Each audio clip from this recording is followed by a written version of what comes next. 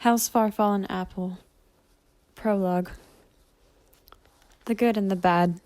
Is there really a choice? Where do you draw the line? A sinner screamed in pain as they were mercilessly slaughtered by an exorcist with an angelic spear to the heart. Heaven or hell? Is it truly so black and white?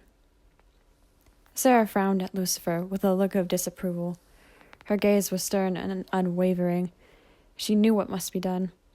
Take him away. Lucifer's eyes filled with fear, not knowing what future lay ahead of him. Sarah stood still, watching the hope drain from his face. She had not intended for this to happen. No, Sarah, please. You have to listen to me. Sarah! Hate the freethinkers. Despise them with every fiber of your being. Ensure no unnecessary questions are asked. Questioning these things can be very dangerous, but loathe not the rules, my children, for they are what will keep you safe, or so it seems. My father was a freethinker, Charlie said. She stood in Heaven's court, stating her case. Rage glinted in her red eyes as she spoke. Silence filled the room. The very mention of her father struck an old nerve. Lucifer was a trickster and a liar, Sarah said, addressing the princess calmly. His so-called dreams were nothing short of danger, pure insanity. Lucifer was surrounded by exorcist angels in the middle of an extermination. Lieutenant Vaggie stood beside Adam to show her support. Lute lay motionless on the ground, her face smeared in blood. Both of her eyes had been gouged out by Vaggie because she suggested they stop and leave Lucifer alone instead of killing him. Dad! Charlie screamed, terrified for her father. She rushed toward him, but the exorcist's spear blocked the way. Vaggie allowed her through, if only to have one final moment with him. Charlie, it'll be okay, Lucifer assured his daughter, though he knew what was going to happen to him now. What? Dad, no! Charlie's breathing became ragged as she desperately tried to search for a way to get her father away from the exorcist and back to safety with her. There's got to be another way we can... Dad... Tears filled her eyes as she trailed off, realizing that she would never see her father again. Lucifer wiped away her tears with his hand. That's my brave girl, he said, smiling fondly at her despite the situation. You are going to be a wonderful queen. Your mother would be so proud. Charlie sobbed as she looked at her father lovingly. More than anything, she wished this moment could last forever. Sir, it's time, Vaggie reminded Adam, who nodded and readied his spear. Dad! Charlie cried. She knew what was coming, and she wanted to stop it. Her father didn't deserve this. How could heaven be so cruel? The exorcist pulled the princess away, as their leader prepared to make the killing blow.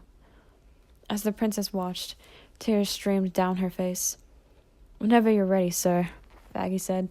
Adam nodded in reply and raised his angelic axe above his head. The sunlight glinted off the axe, illuminating its golden hue. No! Charlie screamed as the axe was brought down on her father.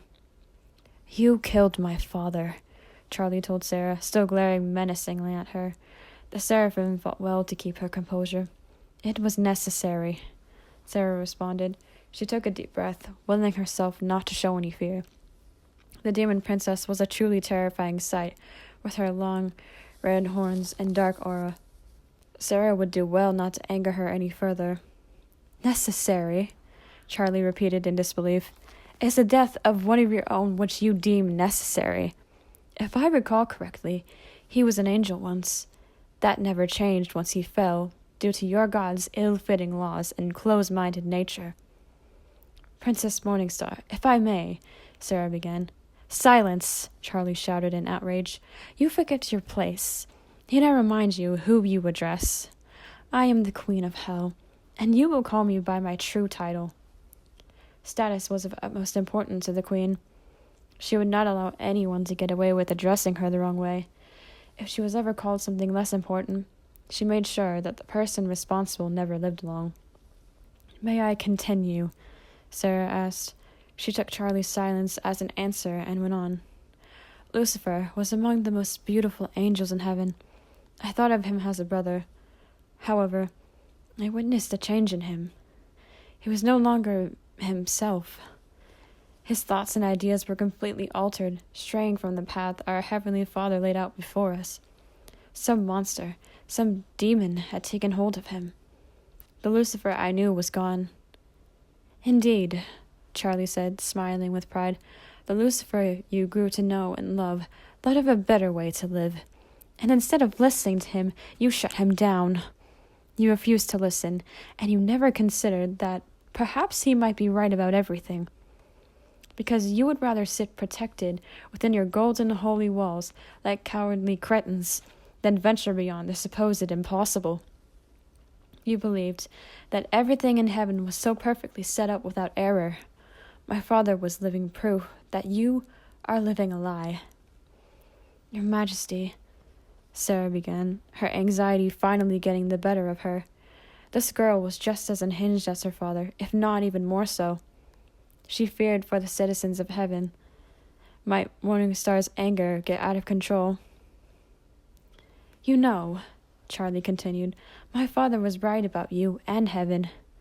True hell lies here, disguised behind the fog of your father's deceit. Her body was suddenly set ablaze by a hellfire, illuminating the courtroom. No, you must listen, Sarah pleaded. Her eyes widened in shock and terror at the sight of the queen reaching her full power. So count your days, Sarah. They will soon be coming to an end. This has been part 1 of Hell's Far Fallen Apple, the prologue. I hope you guys enjoy this new series. If you want to read it, it's on Quotev.